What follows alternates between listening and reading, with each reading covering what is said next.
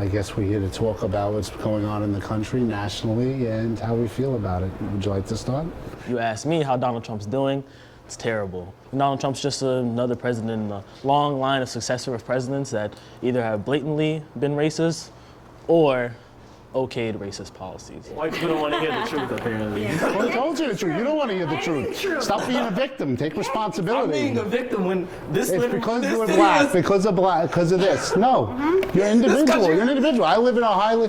My neighborhood is 65% Hispanic. They should stop playing victims when we built this country and built everything that you guys have. You never built anything that I have. Okay, I worked hard for everything that I have. I went out and I've done that myself. You wouldn't have this bar. I know. On Native American land. You wouldn't have this wealth, generational wealth that wasn't built by slaves. Generational wealth. No, we lived in apartments, my generation. My parents were the first one in my family to buy a house, and then me and my wife bought a house, and it took years and years and generations to get there. And that's great, because you're not, so you're not redlined from getting a house. You're not denied getting jobs because of your skin color. You're not placed on the institutional. Those are excuses. I've been denied a job because I was white. So don't tell me that. I was told because I was white, they said, no, we don't want another white male for this position. So don't tell me it doesn't work both ways. It's just one person's protected, one person's not. But I don't want to make this all about race. You guys talk about. There have been 392 police shootings this year alone. And why don't you see the new recruits are African American? It doesn't matter if an African American is in a police uniform. That institution by itself is racist. Oh. Okay. And when that racist institution, law and order in this country, honey. Sorry. And when that law racist, and order. It's bad. I do have to step in now. So I definitely see their point when you're saying things like, putting everybody in this one category, right? There are bad apples everywhere. We definitely know that the NYPD has a lot of bad apples, especially for people like you and I, But what we were talking here was about, who's Donald Trump and what does he really stand for and what does the country look like right now under his presidency. I get your 2 points of him, bringing law and order back to the country. But what does law and order look like for communities that have been predominantly diverse like New York City?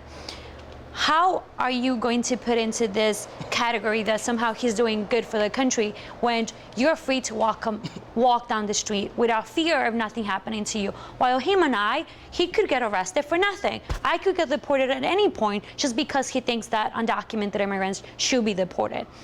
So when we're looking at what's happening right now from my perspective, see that we're no longer creating this environment of security, of where we come in and just maintaining the civil conversation of what's the next step in terms of building opportunities for everybody. We haven't had civil conversations for 16 years in this country. Let's be honest. It hasn't happened in D.C., and it hasn't happened anywhere in the country, to be honest with you.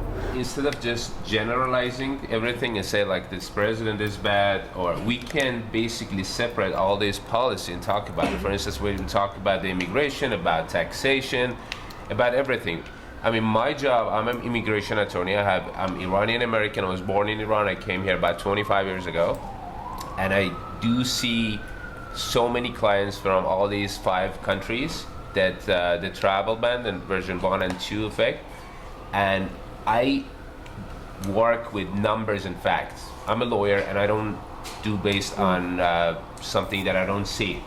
So the travel ban, the first one, obviously was overbroad, it was vague, and it put so many people in trouble. I think I can think of one good thing that's going to come out of Donald Trump's one term, and that's he's going to mobilize so many people to build such a great movement in opposition to him, from the midterms to now defeating him in his general election. I don't like him because he was the most Republican candidate. I liked him because he was his own person. He was probably the least Republican to win.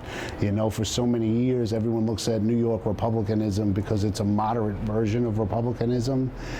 The rest of the country look at it as, oh no, they're too liberal and stuff. And he ended up winning the primary and the presidency, so it was good. I just hope he doesn't cave to the extreme right portions of the party.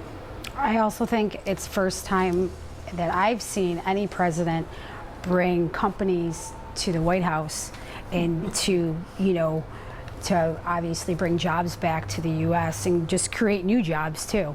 I think that's something that the lifeblood of this country, was manufacturing and services that has left us under prior administrations, and to see all these companies come to the White House and for them to sit down and have a conversation about how they're going to work together.